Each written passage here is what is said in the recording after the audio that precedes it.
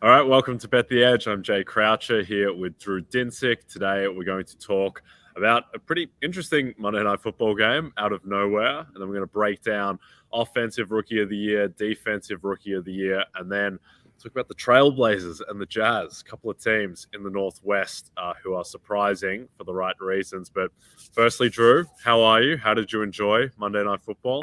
Well, I called it. Bears upset, 33 points. Actually, not at all. In fact, my quote must have gotten circulated on Bears Reddit or something because I woke up to about 25 message requests from Bears fans. It's like, never disrespect us. And it's like, you guys are 10-point dogs to the Cowboys next week. Yeah. Do you think this is just me? No, the market does not believe in your team. And I guess I will give Justin Fields props because if you're kind of extrapolating, if you're building any kind of projection from the ground up, from a play-by-play level even, or from a player's impact on a play level, right? And you have some sort of median expectation for what to expect from Justin Fields on any given play, it has to be kind of nudged up relative to where we because when especially when out of structure, when out of the scripted portion of the offense, like some plays were absolute chaos, muffed snap, balls trickling on the ground. You expect it's going to be a 15-yard loss, miserable sack, and he rushes for a first down. And it's like he did that enough last night that it wasn't fluky. It was just that's the way he plays, and it's a different style of different style of attack than the Patriots were prepared for. Patriots are very disciplined,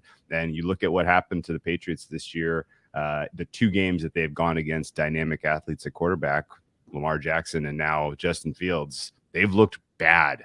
And I think part of that is just because of they're so, beaten into like, this is my role, play disciplined, well-defined defensive role. And it was just chaos out there and they couldn't really adjust in the moment on, play-by-play basis. So kind of something to keep in mind about what to expect from the Patriots defense when they're going up with that style of quarterback play. And, Justin Fields, he took some shots. His offensive line is bad. They got worse with injury, and now they get to go up against the Cowboys D-line. It's going to be a tough watch if you're a Bears fan, in my mind. Yeah, I think the Pats, that's the first time they didn't cover since week 3 against Lamar Jackson. And their run defense has been pretty bad all year. Like, it's been the pass defense that has led them to an overall pretty strong unit. But the run defense has been bad, and they just got manhandled. And makes you a little bit worried about going against the Jets, who love to run the ball and have run it pretty effectively. We'll see how much of that was Breece Hall and how much of that was their scheme and their offensive line, though they have injuries there as well. And yeah, I think you have to clearly downgrade the Patriots after they got blown out by 19 points at home to Chicago. They go to 3-4 now in the cellar of the AFC East. I think we should quickly touch on Mac Jones, Bailey Zappi. Who affects the line more at the moment? Is it Mac Jones or Bailey? I still think that Mac is worth a half point more to the line than Zappi, but it's pretty close. I don't have a read on this at all. Yeah. I don't understand what's going on there. Nothing that the Patriots have done in terms of building an offense going back to the end of last year has made sense to me at all. Even in the first half of yesterday's game where they start Jones, he looks miserable. They pull the switch, they benched him. And then, they called the good plays for Bailey Zappi in the first couple of snaps. It felt like performance art. Like this was all some sort of kind of Machiavellian plan to supplant Jones. I don't know why that would have been their plan, if it even is. And I'm speculating even in saying this. So, I think ultimately the team looks to, if Zappi had pulled off the comeback win yesterday, if he has a second half that's capable, then I think that you can't go back to Mac Jones anytime soon because the locker rooms, they want to win. And, they would rally around a guy like Zappi, whereas they already have given up on Jones that we saw at the end of last season. So very volatile situation that Belichick has created for himself there in that locker room, particularly with the aging defense, who was the strength of the team, getting embarrassed and now trying to figure out what you're going to do with the quarterback position. Not a great place to be if you're the Patriots. They're out of the mix right now in the playoffs. This was actually an important loss because the AFC has a bunch of surprise teams that are compiling wins that are kind of running away from you now. Like we talked about the NFC yesterday, and it's like, yeah, I mean, technically Brady and Rodgers and the Rams and the Niners, they're not really all that far out of it because no one's running away from them. But in the AFC, it's a very different story. And so Pat's kind of backs against the wall. I think they go back to Jones, and I would make him a small upgrade, but very, very low conviction in that. Yeah, I think the weirdest thing about the situation is that Jacoby Myers didn't know the plan about what the quarterbacks were doing. So some weirdness going on in New England. But Drew, you mentioned performance art, and there was some performance art at sportsbooks across the world last night in terms of what they were doing with the offensive rookie of the year market, trading it live with Bailey Zappi, who started the night at 100-1 some places to win offensive rookie of the year. After 5 pass attempts, he was into plus 500. One of those pass attempts, by the way, I think Zappi's touchdown pass was a worse throw than Mac Jones' interception. I agree. That was an atrocious pass. But the Zappi hour got underway and really brought in. But then by the end of the night, after 2 picks and a fumble lost, and a 19-point loss to the Chicago Bears, Zappi is back out to plus 1,400 for offensive rookie of the year at PointsBet. The favorite in that market is Kenneth Walker III. I believe he likes to be called Ken, actually. So Ken Walker III at plus 165, followed by Damian Pierce at plus 400, Chris Olave at plus 800, and then you really start getting into the long shots. Who do you like in this market? Well, I don't think it's going to be a Zappi ending for the Patriots fans who are firing live at plus 500 or even betting plus 1,400. It seems insane to me. It's going to take another Mac Jones injury for this to be a permanent shift into the Zappi being the guy. And it's the Patriots not, even if he only is quarterback for portion of the season, Patriots aren't making the playoffs likely. And at that point, how is he winning over a guy who's produced a lot over the balance of the season, who's getting a ton of volume? So I'm fine ruling out both Zappi and Pickens for that, Pickett for that matter. I would look almost squarely at the running backs who exist in this market. Ken Walker III. I mean, he's taken on the lion's share of the offense here for the Seattle Seahawks, which is now playoff started today. You're 3 seed in the NFC, and I would expect that his performance continues to continue on the uptick here. Absolutely love what I've seen from him in terms of his ability just to play the position. On top of the fact that we know Seattle's going to commit to giving him volume. So short of an injury, he's going to run away with this in my mind. And, none of these guys sort of in the long shot range really makes sense to me just because their usage has been so sporadic. Yep. Ken Walker is the guy for me in this market. When I was pricing this market out yesterday, I make Walker minus 110 to win this award. I would take him over the field. I think it's largely a bet on health. And the reason why I have him so clearly over Damian Pierce is, one, he just plays for a much better team. Texans aren't going to sniff the playoffs. They're going to be a 3-4 win team. There's going to be a lot of games where just game script just destroys Damian Pierce, even though on talent, I don't think he's that far off Ken Walker, if at all. And I just think the Seattle offense, it's just proven that it's a really strong offense. Even if DK Metcalf misses a little bit of time, they've proven that they can support multiple guys at skill positions, being explosive. Ken Walker, he seems to have all the momentum behind him at the moment. I still think Pierce is the rightful second favorite. But after that, I think Olave, maybe if Jameis comes back. Olave had the highest average depth of target in the league with Jameis. He's also just really freaking good too, where he's shown that he can be a deep threat, also working in the more intermediate spaces with Dalton at quarterback. So I don't think Olave is drawing dead, but I kind of think the rest of the field is after those top 3. If Wan'Dale Robinson had started the season healthy, I think he would have been interesting, but he's just coming too late.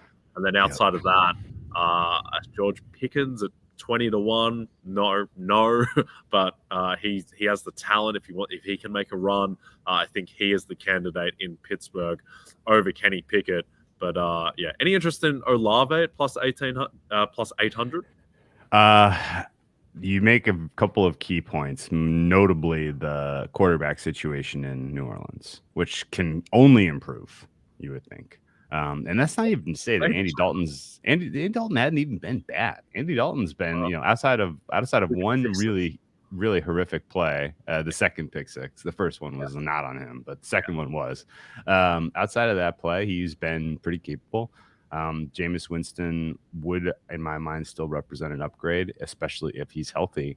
And if, the NFC South is awful. And it is a wide open. No one is eliminated. We talked about the Panthers even having a chance yesterday. Like, the Saints absolutely could pick up enough steam here to win that division, at which point maybe their reward for that is Chris Olave gets Offensive Rookie of the Year.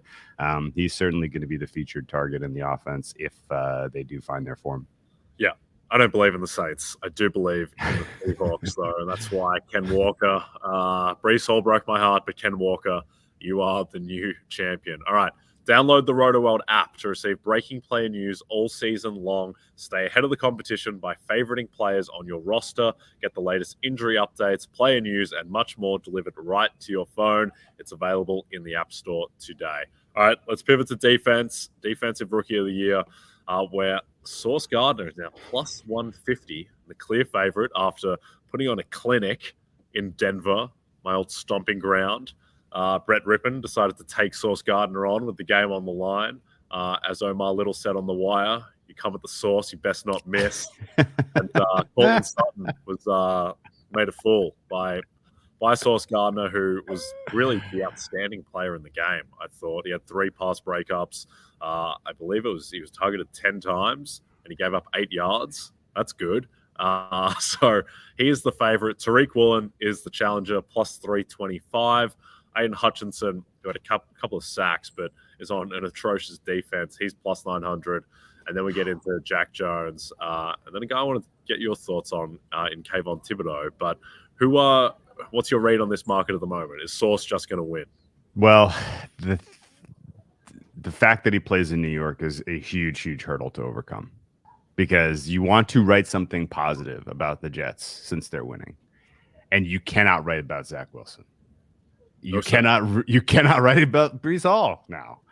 So, if they continue to impress, if they continue to achieve, then Sauce Gardner is going to be sort of the de facto beneficiary of all of their success, because most of it's coming on the defensive side of the ball.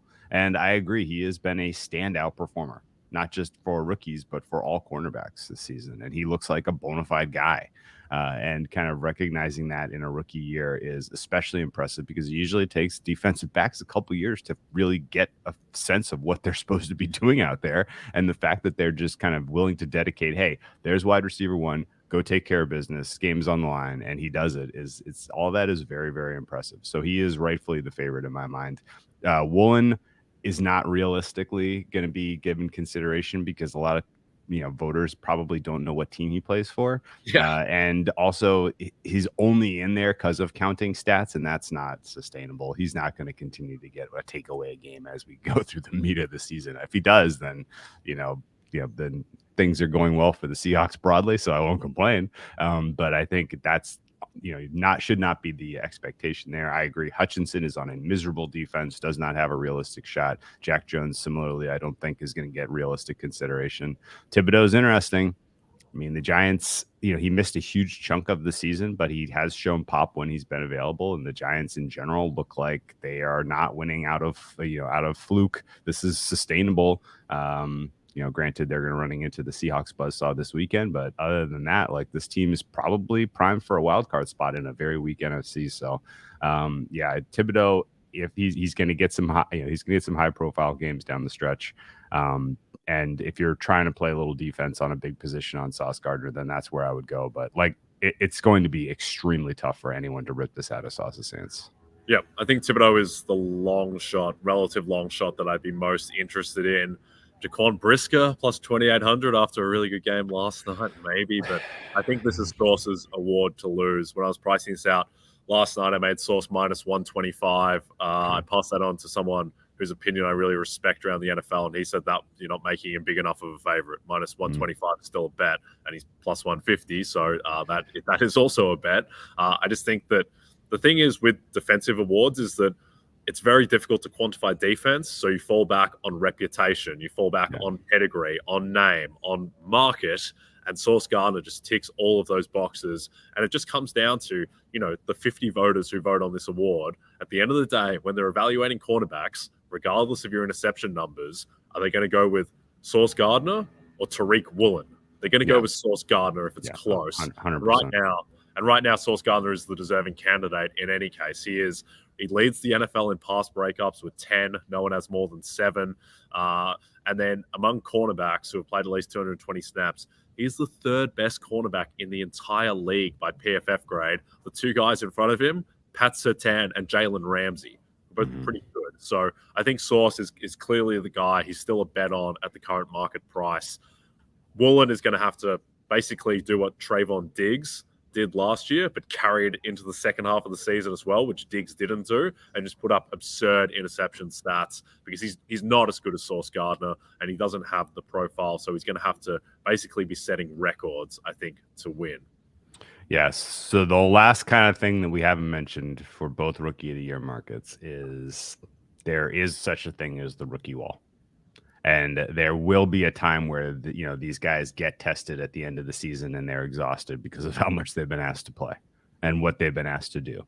And Sauce Gardner in particular, finishing on the road at Seattle, at Miami, back-to-back weeks. If he draws assignments against DK Metcalf and Tyreek Hill or Jalen Waddle and gets, cooked in those 2 games, how you finish matters in the voting mind. And so I think, he's plus 165 or plus 150 now.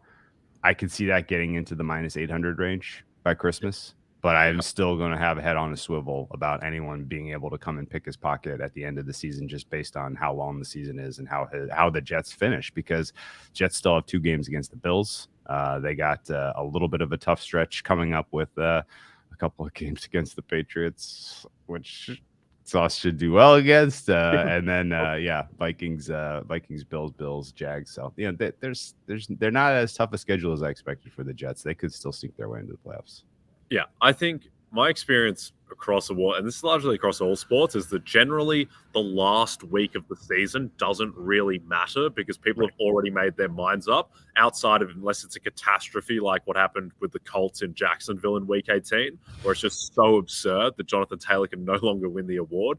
I think back to 2019, the Patriots with Stephon Gilmore, who was the clear frontrunner for Defensive Player of the Year. The Pats, they play against Miami, and they just butcher it. They lose the 1 seed, and Devontae Parker has 8 receptions for 137 yards on Stephon Gilmore, but the award was already kind of done. And even though they completely blew it, Gilmore had enough of a lead. And so these awards do become fait accompli, where if it's one bad game, voters aren't going to be like, oh, no, Sauce Gardner got lit up by Tyreek Hill, you're out. No, they write it off. Oh, no, it was one bad game. Over the course of the whole season, he was still the best guy. The last week is a tie break if it's really close, but I think that he should have enough of a lead. It still is scary, though, Tyreek Hill in week 18, but maybe it might be an opportunity to buy someone as a long shot. Anyway, that is Defensive Rookie of the Year. Sauce Gardner is the play. Now, just a reminder, if you don't have the NBC Sports Predictor app, go download it now. The contests are free and easy to play, and you have a shot to win thousands this weekend by predicting what will happen in college football, on the NASCAR circuit, and in the Premier League. There's also $100,000 up for grabs by guessing the outcome between the Packers and Bills in our Sunday Night 7 contest. What are the Bills right now? 11.5-point favorites against Aaron Rodgers? It's incredible. Bills. Yeah. An absurd amount of points. All right, let's pivot to the NBA. Talk about the Trailblazers and the Jazz. Let's start with Portland, who are a shocking 4-0 after blowing out the Denver Nuggets by 25 points last night. They are now plus 115 to make the playoffs, minus 140 to miss. That minus 140 was minus 250 not too long ago. 4-0 against the spread. Like we said, they've won all 4 games. Damian Lillard looking a little bit like Damian Lillard out there too. Are you buying this Blazers hot start? It's tough not to. But I have a ton of questions about this team still. At least coming into the season, I was very, very cold on them. I thought their preseason signal we got was spelling, potential catastrophe out of the gate. And the fact that they're 4-0 is basically exactly opposite my expectation here. They're 6th right now in offensive rating, 9th in defensive rating, 7th in net rating. They are playing at a relatively slow pace. I did not expect this level of defensive competence whatsoever. I did not expect a slow pace here whatsoever.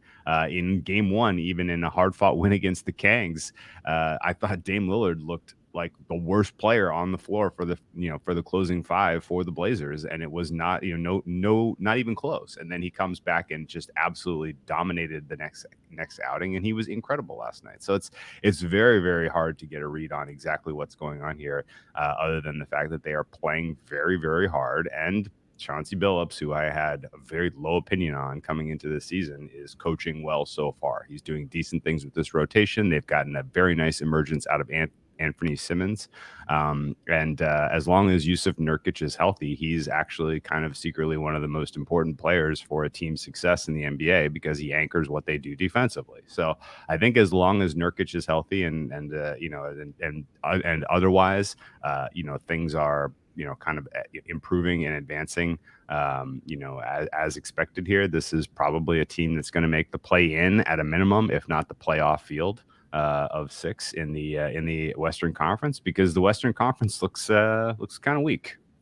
It does. It does for now. We'll see how it looks. I think teams like Minnesota should get better as the season progresses. The Clippers as well. But I think you touched on it with Nurkic, where Portland's problem is that they have no depth, and specifically outside of Nurkic, they don't have any tall human beings. If he goes down, they're screwed.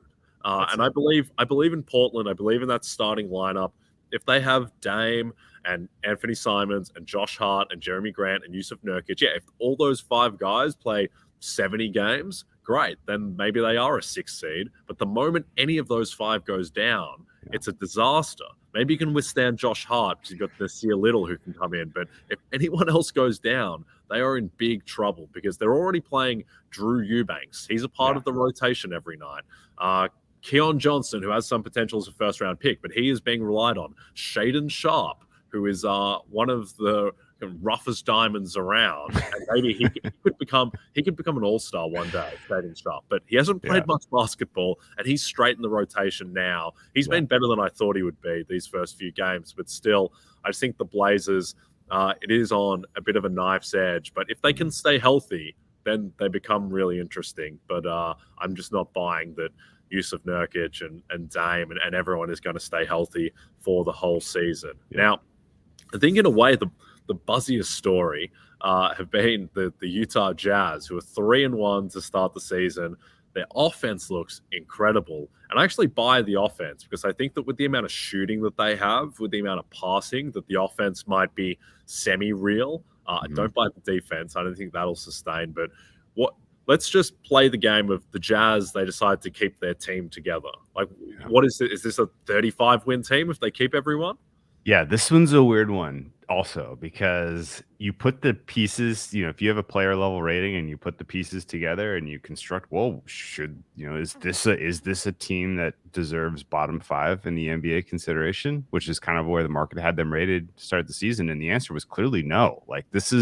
You put the pieces together, this should be an average NBA team. I would, just on paper, I would favor them over the likes of the Hornets. I mean, the Hornets. I would favor them over the likes of the Wizards. Some of the other kind of middling teams in the NBA. Just by a player level rating, you would expect to be decent. But at the same time, the organization was clearly telling you, look, we are scrapping this, we are tearing this thing down, and we are not competing for anything this year. And so the players didn't get that message. The coach didn't get that message. The new young coach they got, Will Hardy, that they took from the Celtics, looks like he knows what he's doing. That guy looks like he is going to be around for a long time and a good anchor for a rebuild here. And I think the idea that they may have accidentally reloaded instead of rebuilt is hysterical. I'm only looking at them at 10th right now. Out of 30 in offensive rating, 16th in defensive rating, 9th in net rating. Their pace is right in the middle of the NBA average, and I don't really get the sense that they have truly overperformed so far this season. I think this is a team that's going to be very competitive against the best in the NBA on a given night, and I give a ton of the credit to Mike Conley, who still has it. Mike Conley still got it. He has missed a ton of time last handful of years because of injury, because of his age, and he's his age 35 season now, and he is taking on some pretty difficult defensive roles, particularly in end of game scenarios, and he looks at least like he still has the goods as a true defensive guard, which is kind of rare, few and far between in today's NBA. So I think they're going to continue to win games, and I think they're going to continue to be a bet on, at least as long as the market's still rating them as sort of a bottom 10 team. Yeah, I would have liked to see that from Mike Conley in the playoffs against Dallas when I was all in on the Jazz, and he gave me absolutely nothing. But I think that offensively, like Olynyk, Markkanen, Conley, Clarkson, Sexton, these are good offensive players. And that is a lot of shooting that they're putting out there, which I think is just a pain to deal with when you combine it with seemingly a pretty sound offensive scheme that Will Hardy is running out there, and they're playing hard, they're doing all the right things and all that type of thing. I just don't think there's very little ceiling for the defense with Vanderbilt at center playing Olynyk and Markkanen alongside him, and a defensive backcourt still of Conley, Clarkson, Sexton, Malik Beasley. Like, I just don't think there's much upside there. But yeah, as long as they keep everyone together, this is team might be better than the Lakers if they keep everyone together, honestly, with how this is playing out. I'm still expecting LeBron and AD will restore a certain floor, and the Lakers are shooting unsustainably poorly. But yeah, I think that they're in that mix. If the Blazers get an injury or two, all of a sudden the Jazz get in that mix as well. So yeah, the Jazz will be a bet on for now. All right. Don't forget to check out NBCSportsEdge.com for more information to help you with your wagers. Thanks for those watching on the NBC Sports YouTube channel. And if you're listening to us in podcast form, don't forget to subscribe and rate us. From Jay Croucher and Drew Dinsick, we'll be back tomorrow.